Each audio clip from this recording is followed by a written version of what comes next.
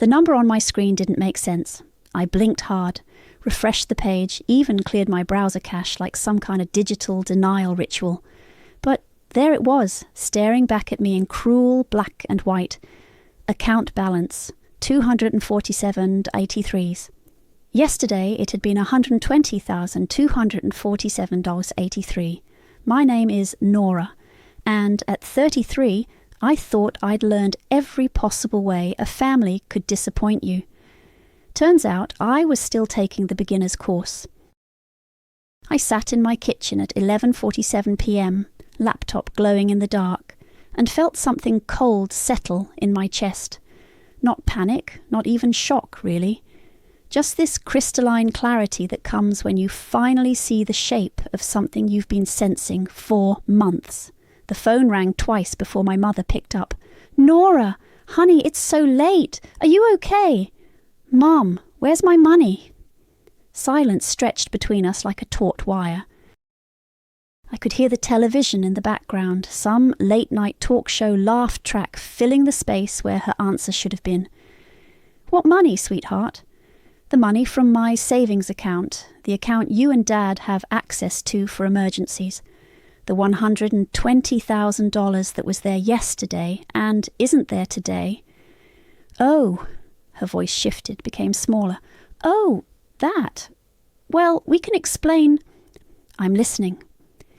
"It's complicated, honey. Ralph needed help, and we knew you'd understand. You're always so good about helping family." I closed my laptop with a soft click. "Ralph needed help with what, exactly?" "His divorce settlement. You know how messy things got with Bianca, the lawyers, the court fees. He was drowning, Nora. We couldn't just watch him lose everything. So you took everything from me instead." "We didn't take anything. We borrowed it. Ralph's going to pay it back once he gets back on his feet." "He's starting a new business, something with cryptocurrency. It's very promising." I laughed, actually laughed out loud, which seemed to surprise both of us. "Mum, that money was for my business, my consulting firm. I've been saving for 3 years to go independent." "Well, you can save again. You're young, you have time. Ralph doesn't have those kinds of options anymore." There it was. The family motto I'd been hearing my entire life, dressed up in different words but always meaning the same thing. Ralph first, Nora second. Ralph's dreams matter. Nora's are negotiable. Ralph gets rescued. Nora gets to do the rescuing. "Did you ask me?" "What? Did you call me and say, 'Nora, we need to borrow your life savings to bail out your brother again'? Did you give me the chance to say yes or no?" Another pause, shorter this time. "We knew you'd say yes. You always do." I hung up. For the next hour, I sat in my kitchen and made lists. Not emotional lists. I've never been the type to journal my feelings or write angry letters I'll never send. Practical lists. Bank statements to request. Account access to revoke. Lawyers to call. Because here's what my family never understood about me. I'm not nice because I'm weak. I'm strategic because I'm patient. And I'd been patient for 33 years. My phone buzzed with a text from Dad. "Your mother told me you called. Let's talk tomorrow when everyone's calmer." I turned the phone face down and opened my laptop again, started transferring what little remained in my checking account to a new bank entirely, one where my parents' names appeared nowhere on any paperwork. Then I did something that would have seemed paranoid to most people, but felt like basic survival to me. I opened the voice recording app on my phone and scrolled back 3 weeks to a conversation I'd accidentally captured while the phone was in my purse during Sunday dinner. My mother's voice came through tinny but clear. "Zoe, you should have seen Ralph's face when we told him, like Christmas morning. And the best part, Nora doesn't even check her account that often. We probably have months before she notices." Aunt Zoe's laugh crackled through the speaker. "You're terrible, Zariah." "Robbing your own daughter." "It's not robbing when it's family. Besides, she'll understand eventually. She always does." I saved the file to 3 different cloud storage accounts. Then I made one more list. This one had only 3 names on it: a financial attorney, a forensic accountant, and my cousin Ellie, who worked as a freelance journalist and had always been the only family member who seemed to see Ralph clearly. By the time I went to bed, I had a plan. Not a revenge fantasy or an emotional outburst, but an actual plan with steps and timelines and measurable outcomes. My family thought they knew me, thought I was the reliable one, the pushover, the daughter who'd swallow her disappointment and ask for seconds. They were about to learn how wrong they'd been about that. About me. About everything. The next morning I woke up to 17 missed calls from Ralph. I made coffee first, checked my email, responded to 3 client inquiries with my usual professional efficiency. Only then did I listen to his voicemails. Nora, hey, it's me. Mom said you're upset about the money thing. Look, I know it seems bad, but... Delete. Okay, you're not picking up. I get it. You're mad. But this is temporary, I swear. The blockchain thing is going to explode and... Delete. The third message was different. His voice cracked halfway through. Nora, please, I know what this looks like. I know you think I'm this terrible person who just takes and takes, but I'm trying to change. This business, it's my shot at finally being the brother you deserve. The son Mom and Dad can be proud of. I just need this one chance. I saved that one. My phone rang again. Ralph, of course. Thank God you picked up. I'm listening, I said. Can we meet? Face to face? There's so much I need to explain, and it's hard over the phone. I'm working today. Tonight, then, or this weekend. Nora, please, I know I've screwed up before, but this is different. Before, like there had been just one time, one little mistake we could laugh about at family dinners, not the pattern that started when we were kids, and he convinced me to trade my Halloween candy for his magic rocks that turned out to be painted gravel. Not the time in high school when he borrowed my car and returned it with a cracked windshield and an empty gas tank. Not college when he used my credit card for spring break and left me to explain to the bank why I couldn't make payments. Ralph, do you remember when I was 16 and saved up for that photography class? Silence. The one at the community college. I worked at the grocery store all summer, bagging groceries and collecting carts in the parking lot. $230. Nora, you needed money for senior pictures. Mum said I should help because family comes first. You promised to pay me back before the registration deadline. I was 17. I was stupid. The deadline passed. I never got to take that class. You know what you spent the money on? He didn't answer. A leather jacket, because Jessica Martinez said she liked guys who wore leather jackets. That was 16 years ago. And last year, when I loaned you $5,000 for the emergency dental work that turned out to be cosmetic veneers, I paid that back. 6 months late. After I had to ask 4 times, Nora, this is different. This is my chance to make everything right, to pay you back for all of it. I walked to my window and looked out at the street. Mrs. Patterson was walking her ancient golden retriever. The mailman was making his rounds. Normal people living normal lives where family members didn't steal their futures. How much of my money is left? What do you mean? Of the $120,000. How much is still sitting somewhere recoverable? Long pause. It's complicated. Uncomplicated. The divorce settlement was $80,000. The lawyer fees were another $15,000. And then there were some business expenses. What kind of business expenses? Equipment, software licenses, a security deposit on office space. What kind of equipment, Ralph? A car. I needed reliable transportation for client meetings. What kind of car? A BMW. But it's a lease, so technically it's a business expense, and when the company takes off, I hung up. My laptop chimed with a new email from Ralph, sent 2 minutes ago. Subject, thank you. Nora, I know you're angry and I don't blame you, but I need you to know how grateful I am, not just for the money, but for believing in me when nobody else would. You've always been the strong one, the one who figures things out. I used to be jealous of that when we were kids, but now I just admire it. This business is going to work. I can feel it. And when it does, you'll be the first person I pay back. With interest, I'm going to make you proud to be my sister. I love you. Ralph. I forwarded the email to a new folder I created called Evidence. Then I called my bank and requested every transaction record for the past 6 months. Paper copies mailed to my address. While I waited on hold, I opened a new browser tab and searched for financial elder abuse attorneys near me. The irony wasn't lost on me. My parents weren't elderly, and I wasn't a minor. But the principle was the same. People in positions of trust exploiting that trust for financial gain. My phone buzzed with a text from Mom.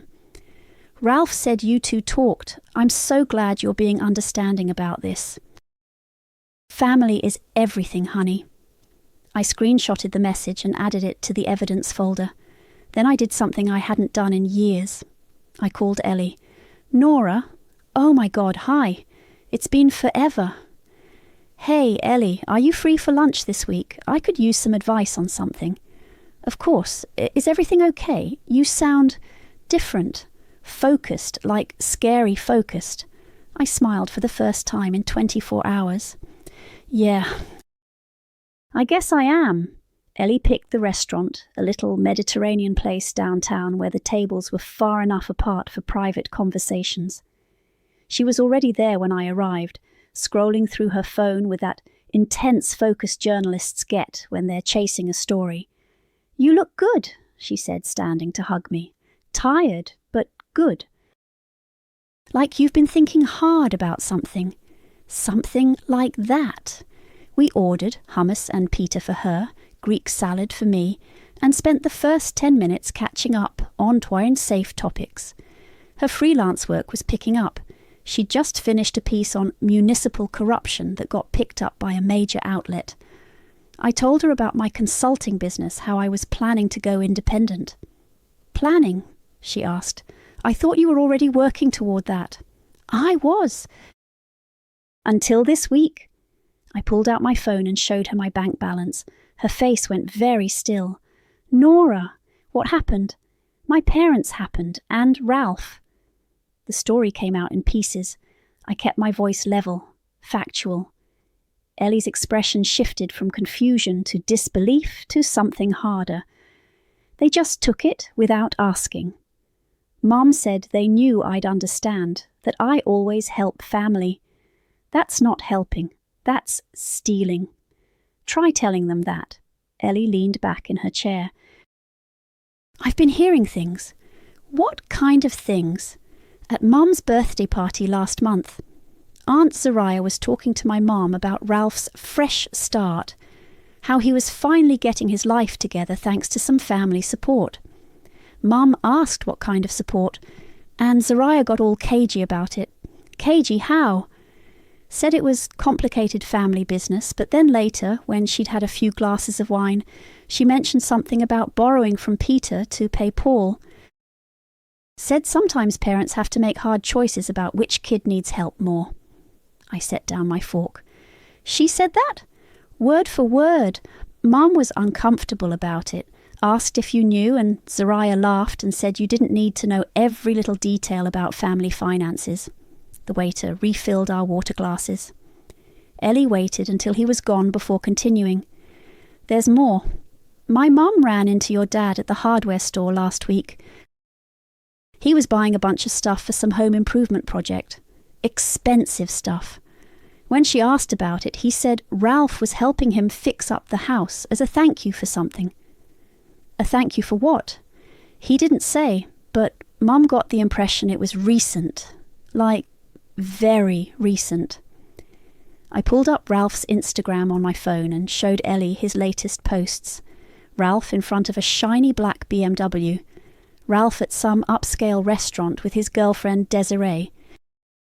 Ralph holding up a bottle of champagne with the caption, "New Beginnings." When were these posted? This week, after he got the money. Ellie studied the photos. This doesn't look like someone who's struggling with divorce debt. No, it doesn't. She handed the phone back. What are you going to do? I'm not sure yet. I talked to a lawyer yesterday. He said it could be fraud depending on how the account was set up and what they told the bank. Are you going to press charges? I stirred my salad around, buying time. This was the moment I'd been building toward, the reason I'd called Ellie in the first place. She was family, but she was also a journalist, and journalists talked to people, had sources, knew how to make information travel. I don't know, part of me wants to just cut my losses and move on. Start over somewhere else. But another part of me is tired of being the family doormat. Tired of Ralph getting bailed out while I clean up my own messes. Tired of my parents acting like my dreams matter less than his. Ellie nodded slowly. You know, I've been working on this series about financial abuse in families, how it's more common than people think, especially with adult children. The dynamics, the justifications, the long-term damage. Sounds like important work. It is. But it's hard to get people to talk about it. There's so much shame involved, so much family loyalty that keeps victims quiet. She looked at me directly. If you ever wanted to share your story, anonymously of course, it could help other people in similar situations. I'll think about it. We finished lunch and walked to the parking garage together. At her car, Ellie turned to me. Nora, can I ask you something? Sure. That lawyer you talked to. Did he say anything about recovering the money? He said it depends on what they did with it. If they spent it on legitimate expenses, it's harder to get back. But if they used it for luxury items or lied about what it was for, then what? Then they might have to give it back, with interest, and there could be other consequences. Ellie pulled out her phone. I'm going to make some calls, do some research. Not for a story, just for you. See what I can find out about Ralph's finances, his business claims, that kind of thing. Ellie, you don't have to... Yes, I do. This is family, and family protects each other, the right way. She got in her car and rolled down the window. One more thing. That recording you mentioned where your mum talks about taking the money. What about it? Make copies, multiple copies. And keep them somewhere safe. She drove away, leaving me standing in the parking garage with the distinct feeling that I'd just lit a very long fuse. My phone buzzed with a text from an unknown number. This is Thomas Lucas, the attorney you spoke with yesterday. I've been thinking about your case. Can you come in tomorrow? I'd like to discuss some options. I texted back. What time? 2 p.m. and bring everything you have. Documents, recordings, communications. Everything. I got in my car and sat for a moment before starting the engine. In 24 hours, I'd gone from victim to investigator, and I was just getting started. Thomas Lucas had the kind of office that made you feel like justice might actually exist. Dark wood, law books, certificates on the wall that meant something. He spread my bank statements across his desk like he was reading tea leaves. This is worse than I thought, he said. Worse how? The pattern. Look at these withdrawals. They didn't take it all at once. They've been skimming smaller amounts for months, then hit you with the big withdrawal last week. I leaned forward. I didn't notice the smaller ones. That's the point. Classic embezzlement technique. Take a little here, a little there, until the victim gets comfortable with the irregular activity.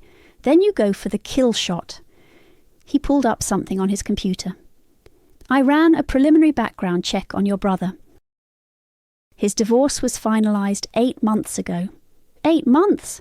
The settlement was paid in full at that time. Whatever he needed your money for, it wasn't divorce costs. My phone rang. Ralph again. I let it go to voicemail. There's something else, Thomas said. I found the attorney who handled his divorce, Preston Wise. Ever heard that name?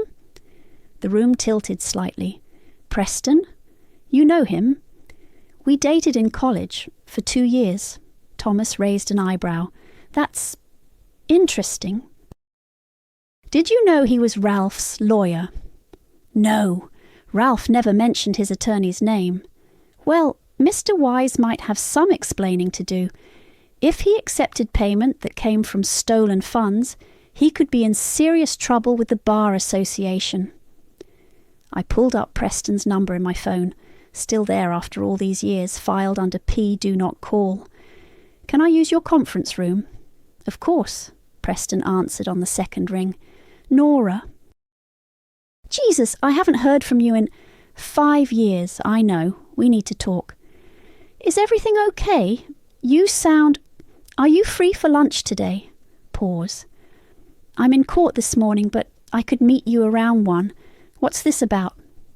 Ralph. Longer pause. Oh. Yeah. Oh. We met at a diner near the courthouse. Preston looked exactly like I remembered. Tall, dark hair going grey at the temples, expensive suit that fit too well. He was already in a booth when I arrived, coffee growing cold in front of him. You look good, he said as I sat down. You look nervous. Should I be? I pulled out my phone and showed him the bank statements. His face went pale. Nora, I had no idea. No idea about what? Where the money came from. Ralph said it was a family loan, that your parents were helping him get back on his feet. Did you ask for documentation? Of course I did. He showed me a promissory note signed by your parents. It looked legitimate. Can I see it? I don't have it with me, but... Preston, can I see it? He pulled out his phone and scrolled through his files. Here. The promissory note was typed on official-looking letterhead. My parents' signatures at the bottom, witnessed and notarized. But something was wrong with the dates. This is dated 3 weeks ago. Right. But you said Ralph's divorce was finalized 8 months ago. Preston stared at the document. That's not possible. I was paid in full at the time of settlement. How were you paid? Cashier's check. From Ralph directly. From what account? I don't know. I don't typically ask clients about their banking details as long as the payment clears. I leaned back in the booth. Preston, I think my brother has been lying to everyone. Including you? The waitress came by to take our order. Neither of us was hungry, but Preston ordered coffee and I asked for water. When she left, he leaned forward. Nora, if what you're saying is true, if Ralph used stolen money to pay my fees, I could lose my license. I know. You have to understand, I had no reason to suspect anything. He presented documentation, the payment cleared, everything seemed legitimate. I believe you. Do you? Because right now, I feel like I'm in the middle of something I don't understand. I pulled up Ralph's Instagram again and showed Preston the recent posts. The BMW, the expensive dinners, the champagne celebrations. Does this look like someone who just paid a crushing divorce settlement? Preston studied the photos. No, it doesn't. He told my parents he needed the money for legal fees and court costs. He told you it was a family loan. He told me it was for his fresh start. Which story do you think is true? None of them. Exactly. Preston ran his hands through his hair. What do you want from me? I want the truth. All of it. Every document, every payment record, every communication you had with Ralph about money. I can't just hand over client files. Preston, I leaned forward. What do you think the State Bar would say if I handed them copies of my bank statements and told them you accepted payment from stolen funds? His coffee cup rattled against the saucer when he set it down. That's not fair.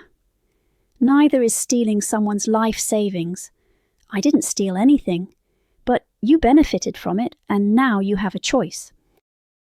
You can help me figure out what really happened, or you can explain to the ethics board why you didn't do your due diligence." Preston stared out the window for a long moment. When he looked back at me, something had changed in his expression. "What do you need?" "Everything, and I need it by tomorrow." "Tomorrow? Nora, that's not enough time." "Then you better get started." I stood up and dropped a 5 on the table. "Oh, and Preston, if you call Ralph to warn him about this conversation, I'll know, and then this gets a lot more complicated for everyone."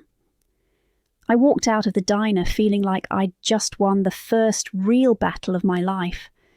Preston called at 7 a.m. the next morning. "I have everything," he said, "but we need to meet somewhere private, not a restaurant." "My apartment. I'll text you the address."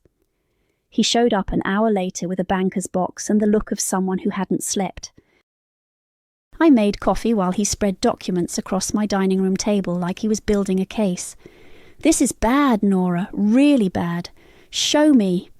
He pulled out a folder marked Payment Records. Ralph paid my retainer in 3 installments. The first one was 8 months ago, a cashier's check for $15,000. That one cleared from his business account. Okay. The second payment was 6 months ago, another cashier's check, this time for $20,000. But when I called the bank to verify funds, they said it came from a joint account. Joint with who? Your parents. I sat down hard in my chair. 6 months ago. Gets worse. The third payment was last month. $25,000. Same joint account. But you said his divorce was finalised 8 months ago. It was. These payments weren't for the divorce. Preston pulled out another document. This is a retainer agreement for a new case. Ralph hired me to sue his ex-wife for defamation. Defamation? He claimed she was spreading lies about him to potential business partners, damaging his reputation and costing him opportunities. I stared at the paperwork. Did you file the suit? I was about to. Then you called yesterday and I started digging deeper. He pulled out his laptop. I contacted Bianca's attorney to give them a heads up about the potential lawsuit, professional courtesy. And they laughed. Literally laughed. Said Ralph had been harassing Bianca for months, trying to get her to sign some kind of statement saying their divorce was amicable and that he'd never received any family financial support. Why would he want that? Because he lied in his original divorce proceedings, claimed he had no assets and no family support to minimise his settlement obligations. Preston opened his laptop and showed me a court document. This is from the original divorce file. Ralph testified under oath that he was financially independent and had never received monetary gifts or loans from family members. But he had. According to these bank records, your parents have been giving him money for years. Small amounts, mostly, but it adds up. And if the court had known about that support, Bianca would have been entitled to a much larger settlement. I felt something cold settle in my stomach. So he committed perjury. That's the least of his problems. He also used your money to pay me to intimidate his ex-wife into covering up his original lies. My phone buzzed with a text from Ellie. "Call me. Found something big." "I need to take this," I told Preston. Ellie answered immediately. "Nora, where are you?" "Home. Why?" "I've been digging into Ralph's business claims, that blockchain startup he's supposedly launching." "What about it? It doesn't exist." "I mean, he filed some paperwork to create an LLC, but there's no business plan, no investors, no actual business activity, just a bank account that he's been using like a personal piggy bank." "How do you know all this?" "I have sources in the financial sector. They ran the company name through their databases. Nothing. No credit applications, no business loans, no vendor relationships. It's a shell." Preston was watching me, clearly hearing half the conversation. I put Ellie on speaker. Ellie, I'm here with Preston, Ralph's attorney. Can you repeat what you just told me? The blockchain business is fake. But here's the really interesting part. I found out where Ralph's been spending the money. Where?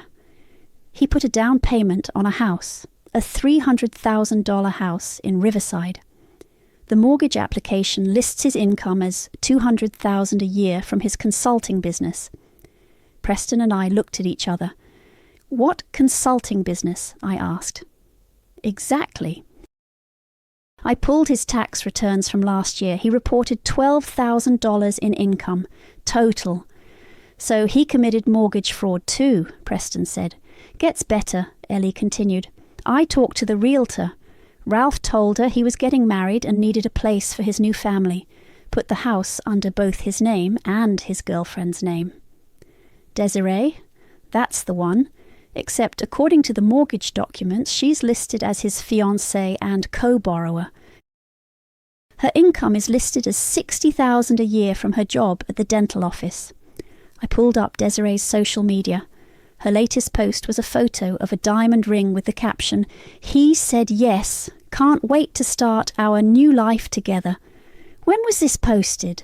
2 days ago, Preston said, looking over my shoulder. 2 days after he got my money. Ellie's voice came through the speaker. There's one more thing. I reached out to Bianca through a mutual friend. She's willing to talk. About what? About Ralph's harassment, about the lies he told in court, about the statement he's been trying to get her to sign. Preston closed his laptop. Nora, this is enough for criminal charges. Fraud, perjury, possibly extortion, depending on what he said to Bianca. What do I do? You file a police report today, and you get a lawyer who specialises in criminal cases, not just civil litigation. My phone rang. Ralph, of course. Don't answer it, Preston said. Actually, I think I will. I hit accept and put it on speaker. Hi, Ralph. Nora, thank God. Listen, I know you've been asking questions about the money, and I want to clear everything up. Can we meet? Sure. When? Tonight. I could come to your place, or we could meet somewhere neutral. I looked at Preston, who was frantically shaking his head. How about tomorrow instead? I'm busy tonight. Tomorrow's perfect. And Nora, bring whatever paperwork you've been looking at. I can explain everything. I'm sure you can. After I hung up, Preston stared at me. Please tell me you're not actually going to meet with him. Oh, I'm definitely going to meet with him, but not alone. I called Thomas Lucas and told him to prepare a civil lawsuit. Then I called the police and asked about filing a fraud report. By the end of the day, I had a case number, a court date, and a plan. Ralph thought he was going to explain everything away. Instead, he was about to find out that some explanations come with handcuffs. Mum called Thursday morning with that artificially cheerful voice she used when she was trying to manipulate someone. Nora, honey, I'm planning a little family cookout this Saturday. Nothing fancy, just burgers and hot dogs. The weather's supposed to be beautiful. A cookout? I thought it would be nice to get everyone together. You, Ralph, Desiree, maybe some of the cousins. We haven't had a proper family gathering in ages. I could hear Dad in the background saying something about getting the grill cleaned. Who's coming? Oh, you know, the usual suspects. Ellie said she might stop by. Uncle Mike and Aunt Linda, maybe the Hendersons from next door. Perfect. An audience. What can I bring? Just yourself, sweetheart. Although, if you wanted to make that pasta salad you do so well, I'll bring pasta salad. And maybe some dessert. Wonderful. Oh, and Nora. Ralph is so excited to see you. He's been talking all week about how grateful he is for your support. I'm sure he has. After I hung up, I called Thomas Lucas. The cookout is Saturday. Can you have the papers ready by then? Civil suit papers, yes, but Nora, are you sure you want to do this publicly? It could get messy. It's already messy. At least this way, everyone gets to see exactly how messy. What about the criminal charges? I filed the police report yesterday. Detective Morrison said they're reviewing the evidence, but it could take weeks for formal charges. And you don't want to wait? I'm done waiting.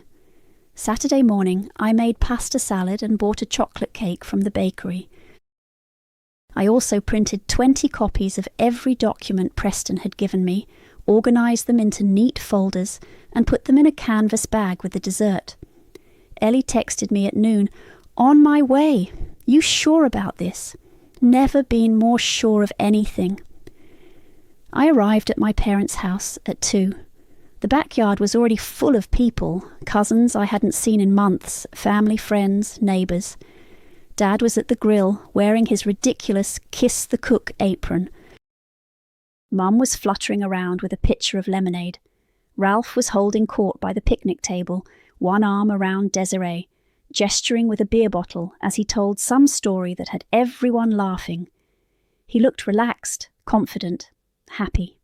"Nora!" Mum rushed over to hug me. "You made it! And you brought dessert. How thoughtful! Where should I put this?" "Kitchen table is fine.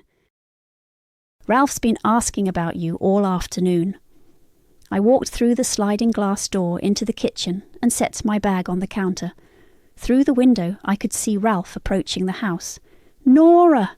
He came through the door with his arms spread wide. "There's my favourite sister." "Your only sister?" "Details."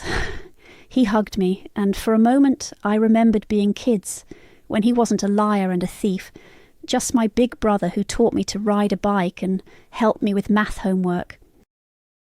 Then I remembered my empty bank account. "Ralph, we should talk." "Absolutely. But first, let me introduce you to Desiree properly. You two are going to love each other." Desiree was sweet, probably mid-20s, with the kind of trusting smile that made me feel sorry for her. She showed me her engagement ring and talked about their wedding plans while Ralph got us drinks. "Ralph says you're so supportive of his new business," she said. "It's wonderful to have family who believes in your dreams. Ralph's always been a dreamer. He's going to change the world with this blockchain technology. I don't understand all the technical stuff, but he explains it so passionately." Ralph returned with drinks and steered us back outside. The party was in full swing, kids running around with water balloons, adults clustered in conversation groups, music playing from someone's Bluetooth speaker. Ellie caught my eye from across the yard and tapped her phone, recording. "Can I have everyone's attention?" I called out, raising my voice over the music. The conversations gradually died down. Dad turned from the grill. Mum looked pleased, probably thinking I was going to make some kind of toast. I wanted to thank everyone for coming today. It's so nice to see family and friends all together like this. Murmurs of agreement. Ralph raised his beer bottle in a mock salute. I also wanted to share some exciting news about Ralph's business ventures. Ralph's smile faltered slightly, but he recovered quickly. "Nora, you don't have to—" "Oh, but I want to. Everyone should know how successful you've been lately." I reached into my bag and pulled out the folders. "For instance, did you know Ralph recently purchased a $300,000 house?" The yard went quiet except for the music still playing from someone's phone. "And a BMW. And he's been taking his fiancée to some very expensive restaurants." "Nora," Mum said sharply, "what are you doing?" "I'm celebrating Ralph's success, Mum. The success he achieved using my life savings." I started handing out folders to the people closest to me. Uncle Mike opened his and his face went pale. $120,000, I continued. "Taken from my account without permission to fund Ralph's fresh start." "That's enough," Dad said, stepping away from the grill. "Is it? Because I don't think it is." I pulled out my phone and played the recording of Mom talking to Aunt Zoe. Her voice carried clearly across the suddenly silent yard. "The best part, Nora doesn't even check her account that often. We probably have months before she notices." Mum's face went white. "Where did you get that?" "From Sunday dinner 3 weeks ago. You know, when you were bragging about robbing your own daughter." Ralph stepped forward. "Nora, stop. You're embarrassing everyone." "Am I? Because I think the embarrassing part was when you lied in court about having no family support, or when you used stolen money to pay your lawyer to harass your ex-wife, or when you committed mortgage fraud to buy a house with your girlfriend. Desiree was staring at Ralph with growing horror. What is she talking about? It's complicated, babe. She's just upset. I'm not upset, Ralph. I'm done. A car door slammed in the driveway. Through the side gate walked Preston, carrying a briefcase and looking like he'd rather be anywhere else. Ralph Morrison, Zariah Morrison, Bruce Morrison. Who's asking? Dad said. I'm here to serve you with civil lawsuit papers for fraud, theft, and breach of fiduciary duty. He handed each of them a thick envelope. Mum opened hers with shaking hands, read the first page, and sat down hard, in a lawn chair. Ralph was still staring at his papers when he looked up at me.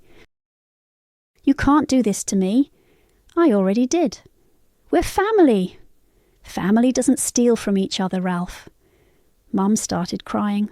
Dad put his arm around her, but he was staring at me like he'd never seen me before. The neighbours were quietly gathering their things and leaving. Uncle Mike patted my shoulder as he walked past. Good for you, kiddo. Ellie was still recording, getting everything. Ralph crumpled up his papers and threw them on the ground. This is insane. You're destroying our family over money. No, Ralph, you destroyed our family for money. I'm just making sure everyone knows about it. He stormed toward the house, Desiree trailing behind him, asking questions he wasn't answering. I picked up my empty bag and walked toward the gate. Nora, Mom called after me. Please, can't we work this out? I turned back to look at her. You had months to work it out. You chose not to. We're your parents. Then you should have acted like it. I left them sitting in their backyard, surrounded by the ruins of their perfect family cookout and the evidence of their crimes. By Monday morning, Ellie's video had gone viral. She'd edited it carefully, faces blurred, names changed, but the audio was crystal clear. Mum's voice admitting to taking the money, my calm recitation of the facts, Ralph's explosion at the end. Family cookout turns into public fraud exposure was trending on 3 different social media platforms. My phone had been ringing non-stop since Sunday. Reporters, bloggers, people wanting to share their own family financial abuse stories. I turned it off and went to work. Thomas Lucas called the office phone at 10. Nora, we need to talk. Can you come in? What's wrong? Nothing's wrong. Everything's right. Ralph's attorney called this morning wanting to settle. Settle for how much? Full restitution plus damages. They're scared, Nora, really scared. I drove to his office during my lunch break. Thomas had a stack of papers waiting for me. They're offering $150,000, the original amount plus $30,000 in damages and legal fees. Where's Ralph getting that kind of money? He's liquidating everything. The house, the car, probably borrowing against his future earnings. What about the criminal charges? Detective Morrison called this morning. They're moving forward with fraud charges against Ralph and your parents. The district attorney thinks they have a solid case. My phone buzzed with a text from an unknown number. This is Desiree. Can we talk? I showed Thomas the message. Should I respond? That's up to you. Be careful what you say. Anything could end up being used in court, I texted back. Coffee tomorrow, 2 p.m. at Starbucks on Main Street. She was already there when I arrived, sitting in a corner booth with red eyes and a pile of tissues. The engagement ring was gone. Thank you for meeting me, she said. How are you holding up? I'm homeless, unemployed, and my fiancé turned out to be a criminal, so, living the dream. Unemployed. I quit my job last week. Ralph said I didn't need to work anymore because his business was taking off.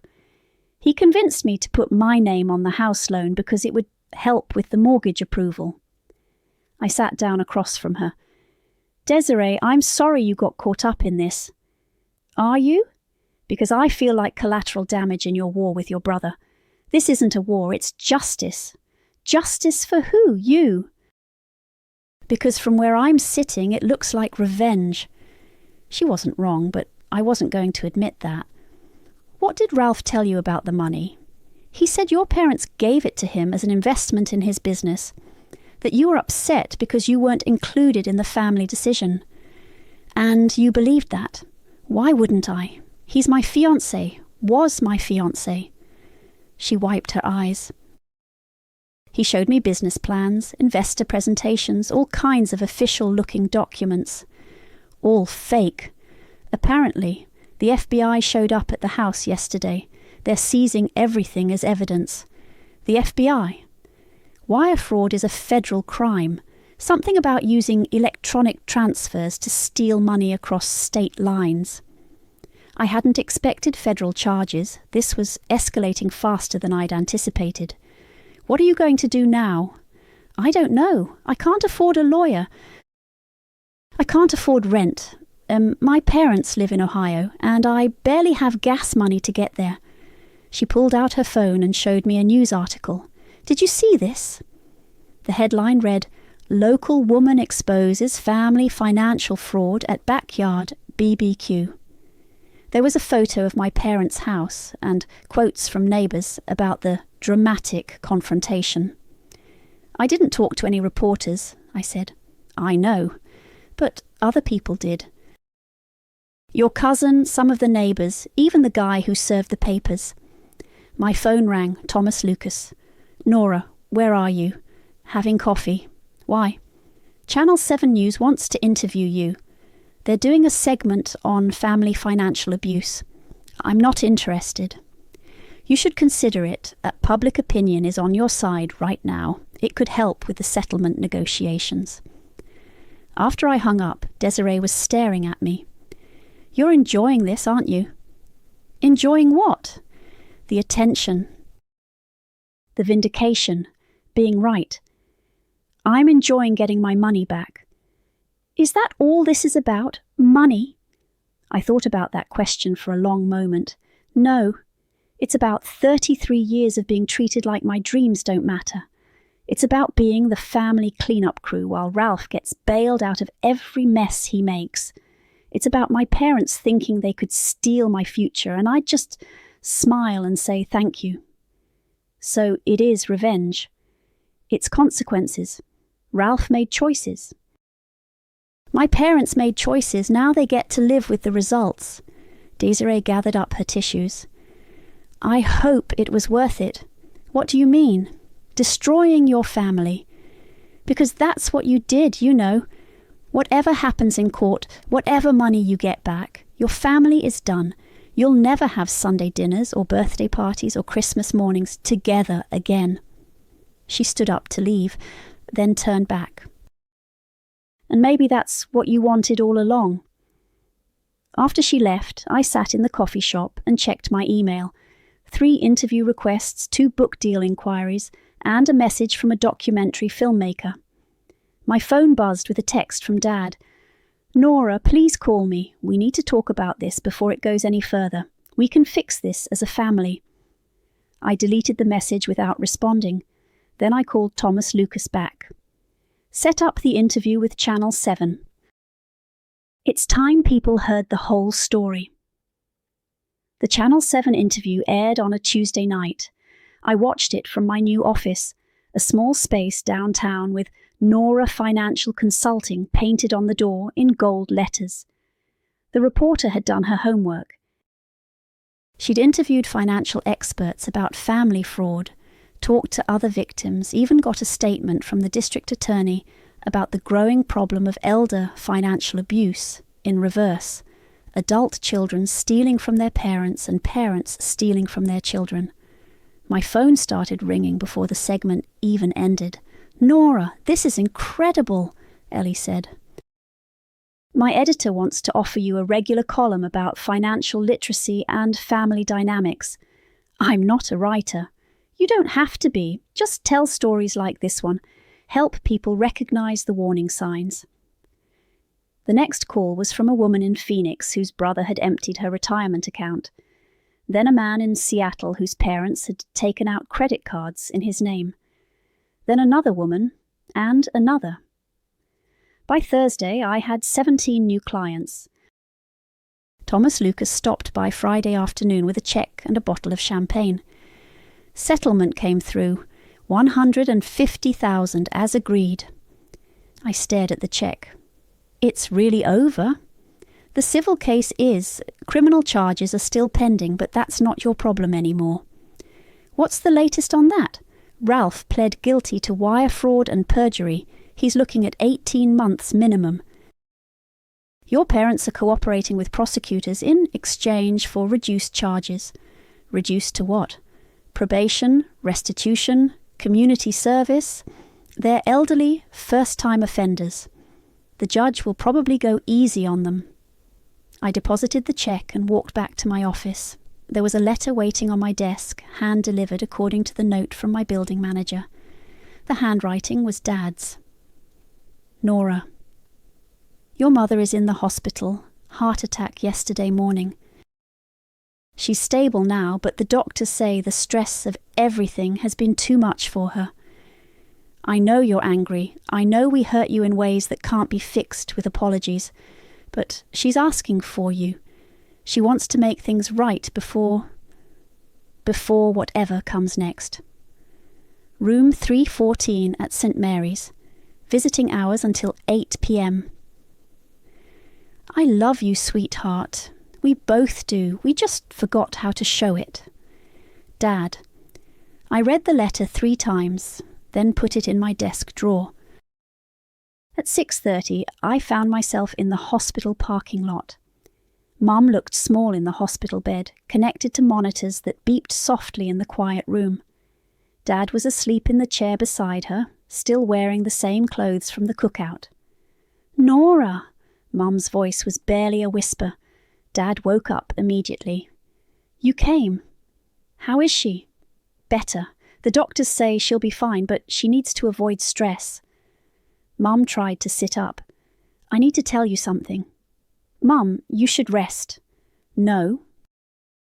I need to say this. She reached for my hand. I was wrong. About the money, about Ralph, about everything. Mum! Let me finish. I spent so many years protecting Ralph from consequences that I forgot I had another child who needed protecting too.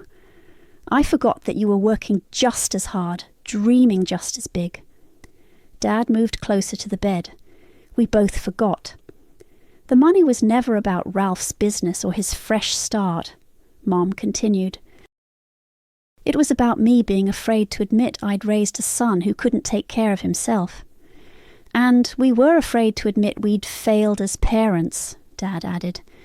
It was easier to take from you than to face what we'd done wrong with him. I sat down in the visitor's chair. Why didn't you just ask me? Because we knew you'd say no, Mom said, and you would have been right to say no. So you took it anyway. So we took it anyway. And destroyed our family in the process. Dad pulled out his phone and showed me a news article. Ralph's in jail. Did you know that? Thomas told me. He's been calling us every day, crying, saying, this is all your fault, that you should have just let it go. What do you tell him? That he's wrong, Mum said, that this is his fault and ours. You just refuse to be a victim anymore. A nurse came in to check Mum's vitals. While she worked, Dad walked me to the hallway. I know we can't fix this, he said. I know we can't go back to Sunday dinners and birthday parties like nothing happened. No, we can't. But maybe someday we can build something new, something honest. Maybe. The house is going into foreclosure. We can't afford the legal fees and the restitution payments. I'm sorry. Don't be. We're moving into a senior community. Smaller place, lower expenses. It'll be good for your mother's health. He handed me a business card. The manager there runs a financial literacy program for residents. She heard about your story and wants to know if you'd be willing to speak to them sometime. I looked at the card. About what? About how to protect themselves from family members who might take advantage. About recognizing the warning signs. even when the family member is their own child, especially then. I drove home thinking about cycles, how they start, how they continue, how they break. My phone had 6 voicemails from potential clients, 2 interview requests and a text from Ellie. Book deal came through. They want you to co-author. Think about it. I pulled into my driveway and sat in the car for a moment, looking at my house bought with my money, protected by my boundaries.